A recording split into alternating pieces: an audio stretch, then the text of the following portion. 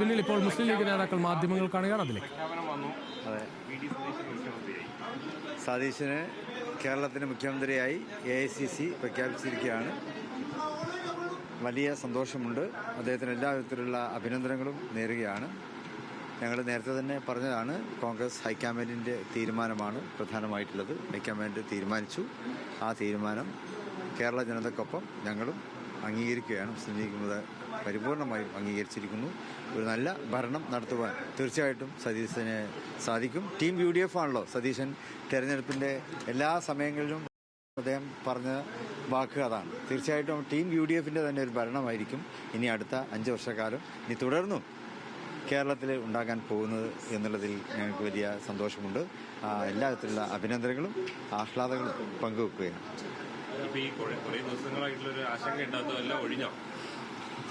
സ്വാഭാവികമാണല്ലോ. AICC ആണ് ഈ കാര്യത്തിൽ അന്തിമ തീരുമാനമെടുത്തത്. കോൺഗ്രസ് ഹൈക്കമാൻഡാണ്.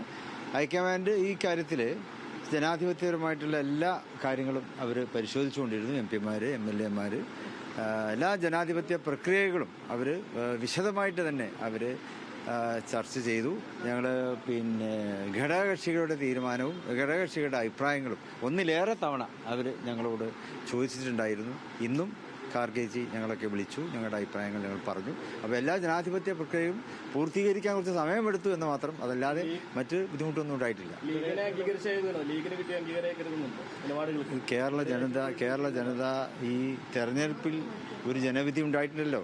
ആ ജനവിധിയെ മാനിച്ചുകൊണ്ടുള്ള ഒരു തീരുമാനമാണ് കോൺഗ്രസ് ഹൈക്കമാൻഡ് എടുത്തിട്ടുള്ളത്. തങ്ങൾ ക്ലിയർ ആയിട്ട് പറഞ്ഞല്ലോ. ഞാൻ പറയൂ. അല്ല ഇതിൽ ഒരു അക്ഷരം കൂട്ടിച്ചേർക്കേണ്ടതില്ല. ഒരക്ഷരം കൂട്ടിച്ചേർക്കേണ്ടതില്ല. തങ്ങൾ ഇന്ന് പറയാനുള്ളത് പരിപൂർണമായി പറഞ്ഞിട്ടുണ്ട്. ഇനി ബാക്കി കാര്യങ്ങളൊക്കെ ഞങ്ങൾക്ക് കോൺഗ്രസ് പാർലമെന്ററി പാർട്ടിയൊക്കെ ഒന്ന് യോഗം ചേരുന്നുണ്ട്. ആ ഡീറ്റെയിൽസൊക്കെ ഇട്ടിട്ട് അതിനുശേഷം ഞങ്ങൾ നിങ്ങളോട് പറയാം. ഇതുവരെ ഉണ്ടായ കാര്യങ്ങളെക്കുറിച്ചുള്ള ഒരു മൊത്തം ഒരു കാര്യം വളരെ വിശദമായി തന്നെ തങ്ങൾ പറഞ്ഞിട്ടുണ്ട്. ധാരാളം നമുക്ക് ബാക്കി ഒരുപാട് എല്ലാവരും നമ്മളെ സുഹൃത്തുക്കളല്ലേ. ഇപ്പൊ രാഷ്ട്രീയമായി പറയേണ്ടത് തങ്ങൾ പറഞ്ഞു കഴിഞ്ഞു. ഈ ഘട്ടത്തിൽ ഇനി കൂടുതൽ അതിന് വിശദീകരണം ആവശ്യമില്ല. അതുകൊണ്ട് ലീഗിന്റെ മന്ത്രിമാരെ കുറിച്ചൊക്കെ പ്രഖ്യാപനം എപ്പോഴുണ്ടാവും തീരുമാനമായി? അത് വൈകാതെ തന്നെ ഞങ്ങൾ പ്രഖ്യാപിക്കും. മിക്കവാറും സത്യപ്രതിജ്ഞ തിങ്കളാഴ്ച ആയിരിക്കുമല്ലോ ഉണ്ടാവുക. അതിനിപ്പോൾ മന്ത്രിമാരെല്ലാവരും കൂടി ഒന്നിച്ചുണ്ടാവുമോ, ഘടകകക്ഷി നേതാക്കൾ മാത്രമാണോ എന്നറിയുകയില്ല.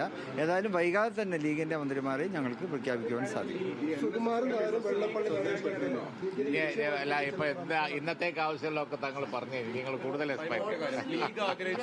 തീരുമാനം തന്നെയാണോ ഹൈക്കമാൻഡ് നടത്തുന്നത്? എന്താണ് പിന്നെ തങ്ങൾ മറുപടി പറഞ്ഞല്ലോ. അതിനുള്ള മറുപടി കേരളത്തിലെ ജനങ്ങളുടെ കാര്യം പറഞ്ഞല്ലോ. ഇനിയുള്ള കാര്യങ്ങൾ എങ്ങനെയാണ്? അതാണ് പറഞ്ഞത്. ഇനിയുള്ള കാര്യങ്ങളെ കുറിച്ചാണ് തങ്ങൾ പറഞ്ഞത്. ഇപ്പോൾ കോൺഗ്രസ് പാർട്ടി വൈകുന്നേരം യോഗം ചേരുന്നുണ്ട്. അതിനുശേഷം ബാക്കി ഡേറ്റുകളൊക്കെ ഷെഡ്യൂൾ ചെയ്ത് ഞങ്ങളെ അറിയിക്കുന്നതിനനുസരിച്ച് എല്ലാവരും ഒരുമിച്ച് ചെയ്യേണ്ട കാര്യങ്ങളല്ലേ. ഡേറ്റ് അതിനനുസരിച്ച് ഞങ്ങളും അതിൽ ബാക്കി കാര്യങ്ങളൊക്കെ ചെയ്യും. അതിൻ്റെ ഫോർമാലിറ്റി പ്രൊസീജിയർ എന്ന് പറഞ്ഞാൽ കോൺഗ്രസ് പാർട്ടി അതിൻ്റെ തീരുമാനങ്ങൾ എടുക്കും. ബാക്കി ഘടകകക്ഷികൾ അവർ ബന്ധപ്പെടും. നിയുക്ത മുഖ്യമന്ത്രി ബന്ധപ്പെടും. അപ്പോൾ പിന്നെ അതിൻ്റെ ഫോർമാലിറ്റി ഗവർണർക്ക് കത്ത് കൊടുക്കലും കാര്യങ്ങളൊക്കെ നിങ്ങൾക്ക് അറിയാലോ. അതൊക്കെ പ്രൊസീജിയറാണ്. അതതിൻ്റെ മുറക്ക് നടക്കും. ഇപ്പം ഈ ഘട്ടത്തിൽ പറയേണ്ട എല്ലാ കാര്യങ്ങളും പാർട്ടിക്ക് വേണ്ടി സംസ്ഥാന പ്രസിഡന്റ് പറഞ്ഞു കഴിഞ്ഞു. അതുകൊണ്ട് ഇവിടെ നമുക്ക് അവസാനിപ്പിക്കാം. ബാക്കി ഒരുപാട് ഡീറ്റെയിൽസ് അതന്നെ പുറപ്പെടേണ്ട എപ്പോഴാന്ന് വൈകുന്നേരം അവർ വിവരം തരാമെന്ന് പറഞ്ഞിട്ടുണ്ട്.